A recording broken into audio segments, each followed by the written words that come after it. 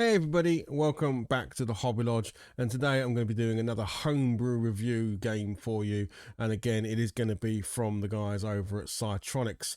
It is a brand new release. I don't believe it's been out for very long. I think digitally you might have been able to play it on itch.io for a few months, but the physical release is now out, and that is Terrestrial on the Commodore 64. As you can see there, I have the premium disc edition. There are various releases for this, but while we still can, because the discs are disappearing, I think this is probably the last disc release Psytronics will be doing. Yeah, I've picked up the premium disc because I genuinely really enjoy these. Now it is on my shoulder, playing behind me, but you're only going to be seeing intro screens, and I will be putting some game footage up so you can see that as well. Now I have to be completely honest, I haven't completed the game. I've only played a few levels, and there are reasons for that, which I will go into. But ultimately, I want to say that this game is extremely well polished and well done. It just lacks in a couple of areas that I think would make it easier for people to get into. But let's jump into what you get in the box, and then we can jump into the game. So within here, usual affair from the guys over at Psytronics, high quality product. You know, the print material, the casing, obviously all very good. These are very collectible, and they stack up very nicely. These are really good. You do get a manual with inside there as well, so again, nicely printed manual, nice and glossy, great artwork and great instructions throughout the game. So the game itself, we'll jump into that in a second, but here's the disc as well. As of course, you know, I think you can buy the game just as this. I do own a bunch of Psytronics games, which are just disc and, what would you call this? You know, the little disc sleeve. There you go, disc sleeve. There we go. The words escaped me for a moment.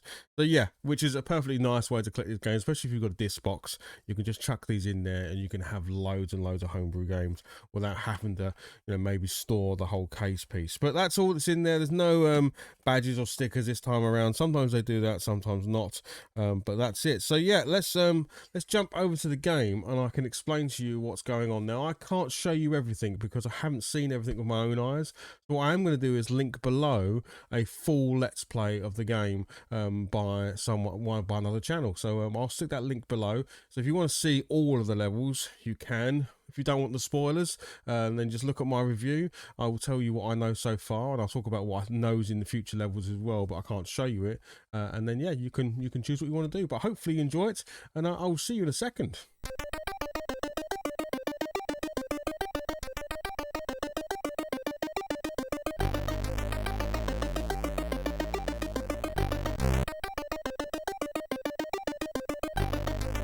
So this is the intro to the game. I'm going to let this play. It's about a minute and a half, but I do love a cinematic at the beginning of the game. So I'm going to shut up for a minute. I'll see you in a minute or so, and you can watch this excellent intro to the game.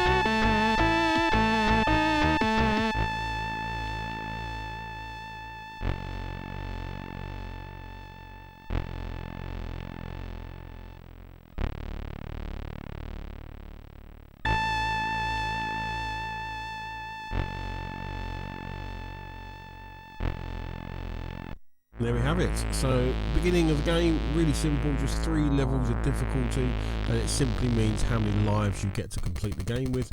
I believe the easiest there, soldier, is 30, and then it's 20, and then it's 10. But I can tell you right now, you're going to need those lives, because in some areas of this game, you have no choice but to take hits.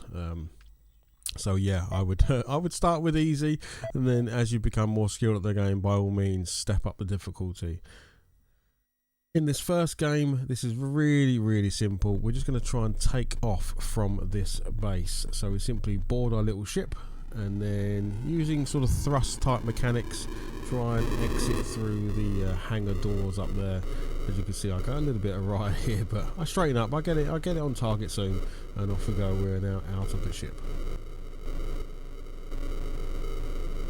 Okay, from the moon base that we're on, we're going to try and cross the space here to get to one of those bases, but we're being intercepted, as you can see, by this sort of patrol of starships, and we're now gonna go into a bit of a fight with these guys. Now this is where I have kind of one of my first little gripes about the game. In the beginning, not so much. So here you're just trying to judge distance and angle to hit these incoming ships, which can be a little bit hit and miss for sure, definitely. But once you kind of get the hang of it, you're okay. It's in the second stage that I personally really struggled.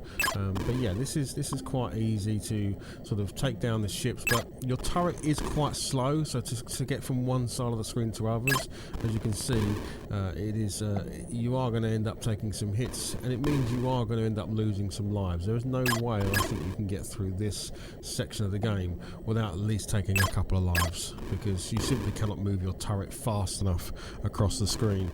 So that's my first little gripe there, is that turret needs to move that bit quicker so that I'm able to take down the bad guys. Yeah, otherwise, you know, again, plays fine, absolutely. You know, this is a nice little, I like the graphics of the explosions and the sounds and everything else. So you've got these 3 battleships, and once you've done this stage, after you've taken down a number of the fighters, you're then going to take on the battleships themselves. And those little yellow balls are what you're going to be aiming at with your cannon. So this kind of turret gun will eventually disappear, and it will be replaced by a cannon. And then you're using the cannon to judge distance and power for your gun. Now it is a bit difficult. This is where I have another little gripe. The yellow numbers down the bottom there will tell you how far, or how much your shot is missing. If it's a plus, you need to angle upwards. If it's a minus, you need to angle downwards. Well, it could actually be the other way around. This is where it's confusing. Nothing in the game tells you need to do this. So as you shoot a bullet at one of these yellow balls, look at that distance So as we take a shot here, we'll see I am 77 off, minus 77. So I'm going to angle my gun upwards a few. And again, it doesn't tell you, but it increments in 7s, so you need to know your 7 times table, and then you get closer and closer, and eventually you'll hit.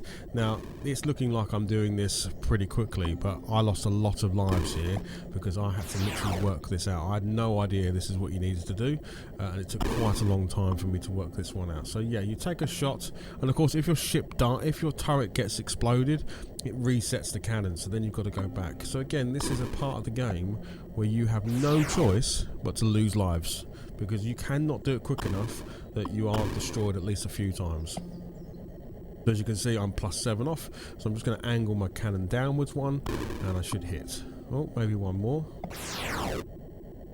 Here we go, this should be a direct hit. There we go, I'm taking it out. So we're on to the next now.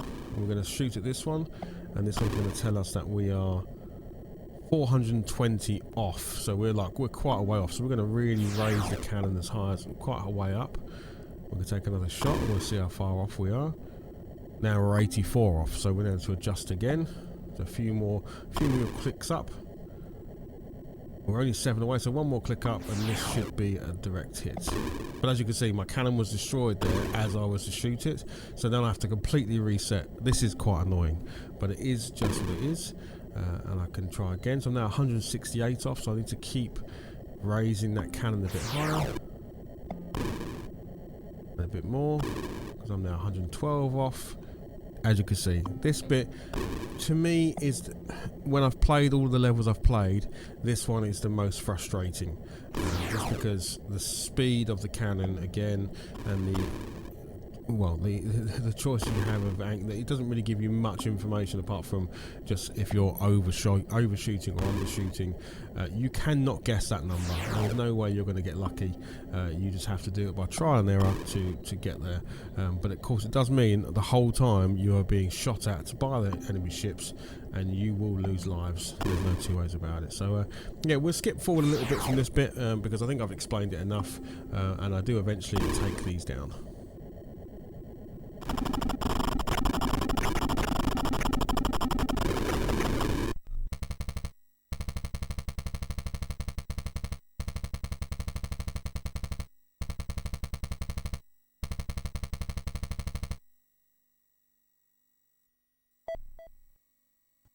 Okay, so now that we've cleared that enemy fleet out of the way, I'm able to continue traversing across space, and I'm going to head to one of the first shield generators to try and take one of them down. As you can see, there's 3 shield generators before you can get to that kind of big boss tower in the middle. So you've got to do them in order. You need to take these 3 down first. So we sort of fly there and land. And this takes you into another mini game, which is almost a trench sort of shoot 'em up. So as you can see here, I will be flying down this trench at high speed and taking out enemies to try and reach the city so that I can take out the shield generator that's there. This plays really nicely. This is a really cool sort of shoot 'em up part of the game. The yellow, these sort of circles that are heading towards you are the enemy's fire, so you need to dodge that, and also try and take down the ships as best you can.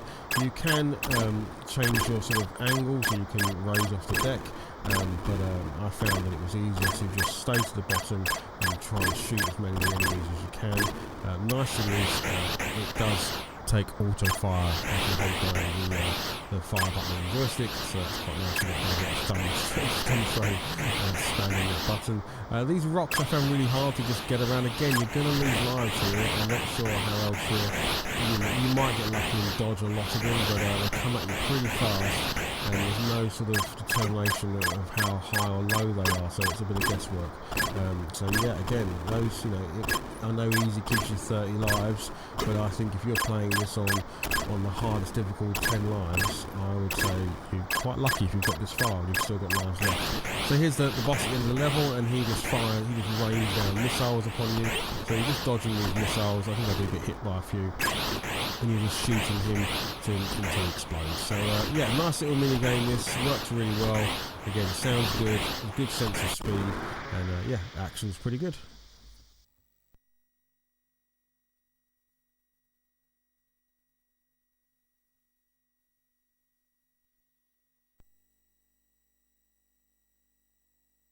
Okay, so now we've reached the city. We've got to fight our way in. So this is very much akin to a Cabal or Cable, however you say it, type of fight here. So you're controlling the character below.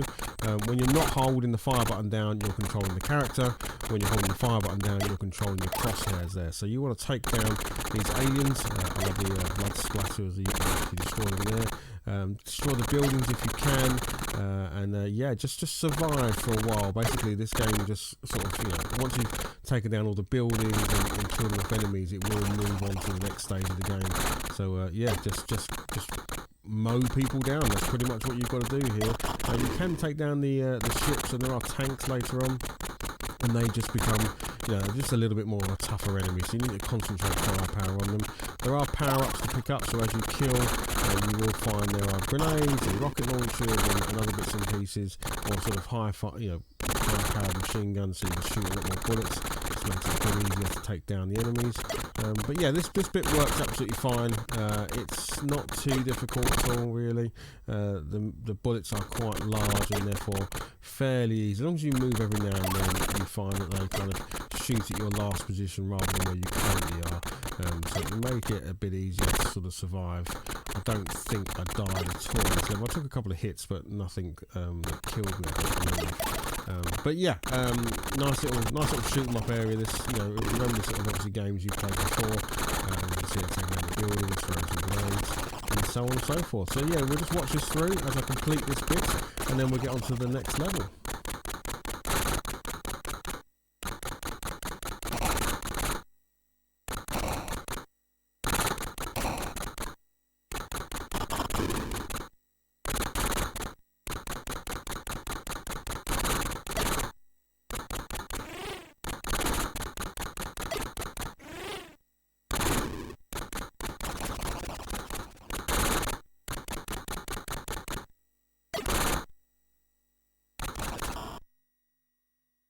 Okay, so we've now bust our way into the city. We're going to get dropped off in our tank to take out as many of the enemy's resources as possible in the city, and then hopefully destroy their shield generator at the end here.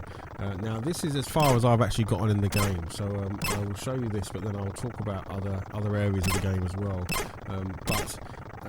This is another slight gripe I have, and honestly there isn't many, and they are only minor, but I cannot get past a certain part of this game because of, it would seem, you need to have pixel perfect accuracy to cross a bridge. So this purple bridge I'm coming up against, there is no other way to cross. You need to line up and cross over this bridge, but no matter where I seem to position my tank on that bridge, I explode. And it happens every single time I get here. Otherwise the controls here are great. I love the way the tank sort of operates. I like the explosions, I like everything that goes on here. There are little mines and stuff on the ground which you can see, which you need to avoid. You're taking out enemy ships, enemy sort of resources, but I am unable to get past the simplest of obstacles, which is that bridge. Every time I approach it, I try a different position, I try lining up, I try going straight, and I just get exploded every single time. So it is extremely frustrating. I have now since watched a YouTube video which I'll link below, which is a let's play of the game, and it shows that you do need to pretty much be bang on that black line at the bottom of that bridge to cross. Now I just find that a bit poor, because there's no way I'm missing that bridge. My tank is bang on, yet I explode every single time. So it is, I wish maybe, you know, maybe this feedback should have got into, you know, the sort of the beta or alpha play of the game to let people know that it's not that it's unforgiving, it just doesn't make sense, because that's quite a wide bridge, and the fact that you need to be bang on a singular line just seems a bit odd. So yeah, this is where I got a little bit frustrated at this point, and realised that I need to go away and look at how to cross that bridge. I even tried crossing the river here just in case I was getting it wrong, but no, you definitely need to go across the bridge. Yeah, the bridge blows you up every time you go on it. So yeah, this is as far as I got in the game, but it is a bit of a rinse. So from this point onwards, the game is a bit of a rinse and repeat.